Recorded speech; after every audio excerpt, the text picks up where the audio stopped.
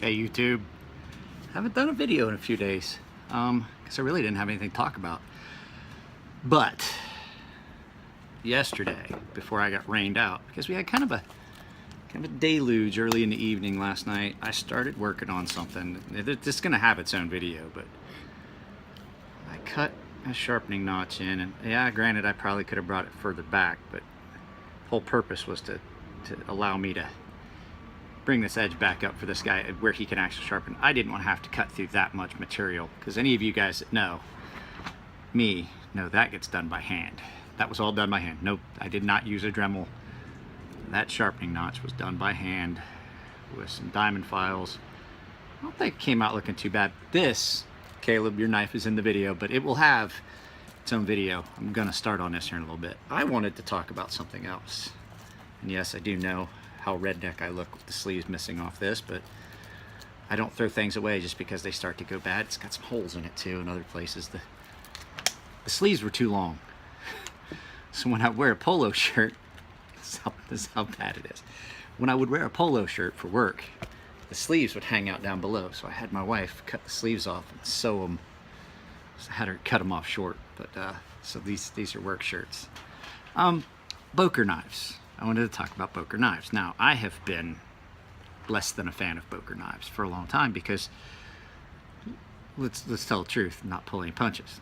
They were shit. They were garbage for a long time. But they have actually started to make some changes in the way they do stuff, and some of their stuff's a lot better. And this one is one that I just sharpened yesterday. It's a Boker Plus. It is their Quaken. It's their Burnley. And it's got IKBS, and I just sharpened this for my friend Mark, and I gotta say, it's a really nice knife. I would honestly think about purchasing this. This is not the Bokers that I'm used to coming across, the garbage, crappy, you know. This is a nice knife. VG10 steel, decent steel. The Boker Plus, they're making nicer knives. That's been my contention with Boker knives for a while, is a lot of their knives were crap. Now, I have a Boker that I like. It's a Boker Plus as well. And it is the Tough, the tactical urban fixed blade. Now, I wouldn't say that this would be an urban fixed blade. This would be something I would say would be a nice, but now this is just an all-around nice little fixed blade knife that you could carry for a field knife if you were out and about. It's almost a small little cooking knife, really, is what it winds up being. But for bushcraft, it's nice and thin, sharpens up real nice, holds an edge. I was actually going to sell this. I think I might just actually keep it, but it's in need of a sharpening notch. It's in need of a sharpening notch. I don't know how companies get that wrong. I did a sharpening notch on a cold steel for a customer and posted it on Instagram. I don't know how they get it wrong. The cold steel Recon 1 sharpening notch is behind the Ricasso. How do you get that wrong? How do you fuck that up that badly? So I had someone tell me that if I'm going to monetize my videos, I shouldn't curse in them. That actually YouTube can actually go back and take it down and then take your video down and not monetize it and not pay you. So maybe I should fucking watch that shit, huh? But no, back to this. This is a nice little knife, and I'm not gonna do a full review because I'm not gonna cut with it. It's not mine. It's a friend of mine. I sharpened 2 knives of him for him actually, but you know, VG. Ooh, I can feel it. Ooh, yep. Oh, not there. Yep. So I mean, it's popping off the flyaways from my beard. Let's see. Yep. Feeling popping off. So you know. Nice knife, nice and thin, nice thin profile. I do believe he said he had sat and polished this up a little bit, but nice even grind on it, nice and straight, no play, no wobble, nice lockup, smooth action. Good knife, good knife coming out of Boker. Now I don't see anything on it saying where it was made, but like I said, VG10 steel. Boker Plus, it's IKBS. So the other knife.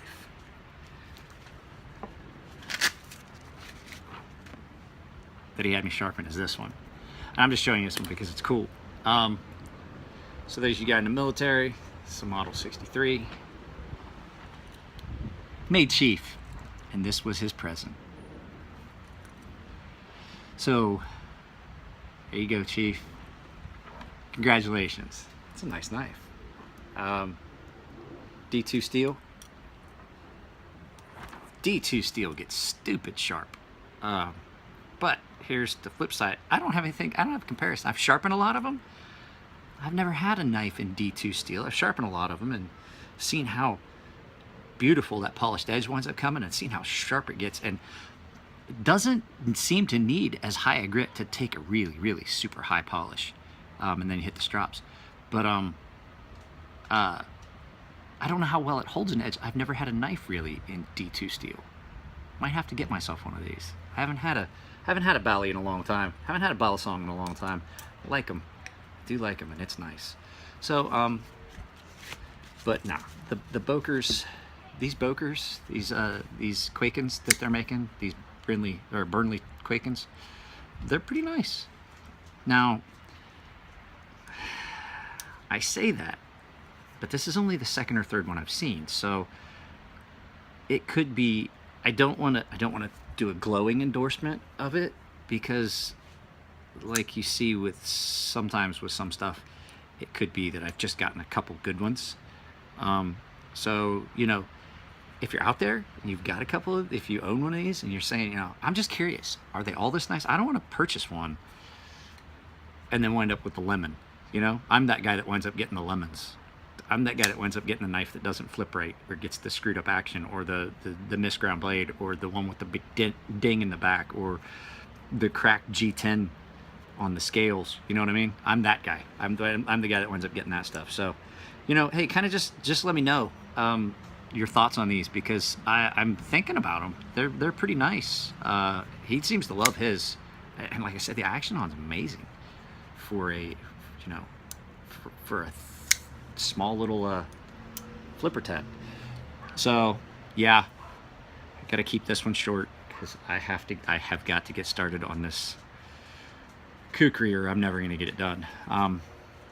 Caleb's getting this done at a specific price only because I told him that I will work on it in between knives. So his price, if I was having to like sit down and just try to knock it out, is going to be less, because I do understand how much work this is going to be. This kukri is going to be a lot of work. So I'm not going to get into the specifics of what I'm going to charge him, but for me to do this could be prohibitively expensive if I don't find a way to do it. So when if you guys have something like this that you want me to do, I want you to understand this isn't something that would be like an overnight turnaround. It took me a good bit of time just to do the notch, and I worked on it when I had some free time, when I was just kind of goofing around and didn't have any other knives, and that allows me the latitude to sharpen this at a lower price point than to say, like, this is significant, this is going to cost significantly more to sharpen than this, trust me. And if I was to try and to push through and do this all today, it would cost him significantly more than what he's already paying, which is a lot more than my baseline price or my usual cutoff point price. So keep in mind, if you want me to do something like this, that's something that we kind of have to work out ahead of time. So, all right, you guys, this is going to be a short one. Hopefully YouTube won't stick a video in the middle of this one. All right, you guys, take it easy.